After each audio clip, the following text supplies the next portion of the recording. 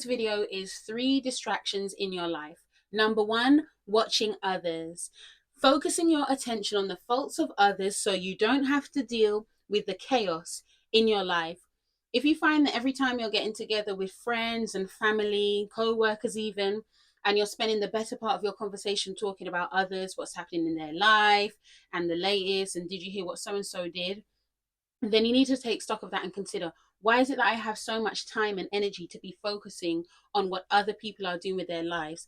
Most of the things that we're talking about, we can't change or have no direct bearing on our life. And I'm saying this to myself as well. All my videos, it's not just for you all, it's for me. It may not even be for people that you know, it may be for celebrities as well. I've been interested in celebrity culture since I've been a child. I'm not going to lie. Since I was a child, I've been watching True Hollywood Story, Behind the Music, all of these types of shows. And nowadays you have YouTubers who will do documentaries and so on pop culture figures. At the end of the day, that I don't see anything wrong with, keeping abreast of current affairs. We should know what's happening in the news. We should have an idea of certain things that are happening around the world. And as much as some people may like, oh, celebrities impact culture. Celebrities are movers and shakers of culture, pop culture, and sometimes that also bleeds into other areas of culture, financial, geopolitical, or whatever. You'd be surprised, right? Even on one of my videos, talking about what shaped your beauty standards, I spoke about how J-Lo wearing a certain dress, wearing that low cut green Versace dress, wearing that dress to the Grammys, I think it was, how that impacted even the way that we use Google. So her dress affected how we use technology today, right? So everything plays its part. But does that mean that we have to necessarily know about every single celebrity's life and every single turn that happens in their life? No. Even sometimes I've had to say, am I really that interested, or am I just like wasting time listening to this current story on this person?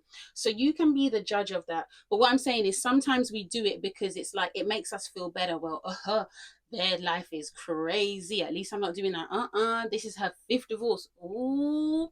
Do you see what I mean? So when you put more of that into yourself, and you measure yourself against Jesus, you realize, oh, my shortcomings. I need Jesus just as much as the next person. Yeah. All right. Number 2, and this kind of bleeds into it as well. Number 2, too much social media. You are on every app every day and the scroll never ceases.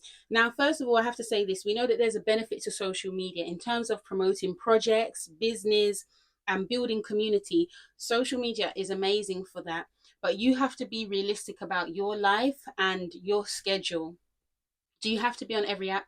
Especially if it's a thing where you're not doing any of these. You're not trying to search for community. You're not trying to promote a project or a business. You're just on it for relaxing time. I can't police what you do for your relaxation. I can only throw out a suggestion to say, if you find that you're just constantly scrolling, and if you come off and you don't necessarily feel any better for being on the platform for so long every day, then maybe it's time to consider, maybe I don't have to be on Instagram, I'll just do TikTok. Maybe I don't need to do TikTok, I'll just do Facebook. Whatever it is that fits around your life, only you can answer like, oh, how much time am I using on this? Because everybody else is doing their thing or seemingly doing their thing, and I'm here just stuck in a constant scroll. Now, number 3, the past. Constantly ruminating over who did you wrong and shoulda, coulda, wouldas.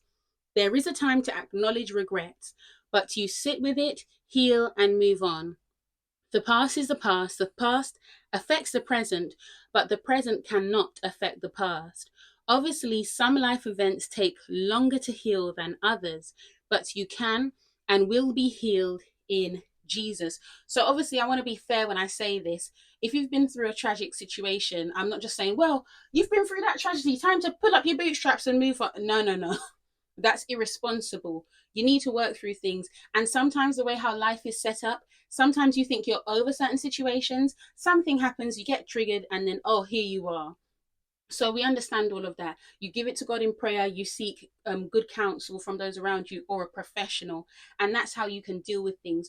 All of us in this generation, my age, 30s up, we have enough knowledge now to know it's okay to talk about mental health. It doesn't mean that you're crazy.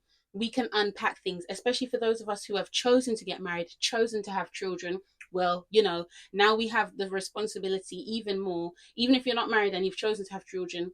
Well, we've chosen this now, so we need to sort out ourselves so we can give them the best of ourselves. Do you see what I mean?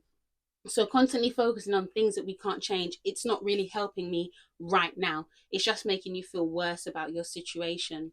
The main thing is this: live a life of integrity, be honest, learn from mistakes and the mistakes of others, and pray to make better decisions.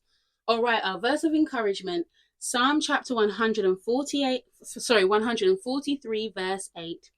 Cause me to hear thy loving kindness in the morning, for in thee do I trust. Cause me to know the way wherein I should walk, for I lift up my soul unto thee. Amen.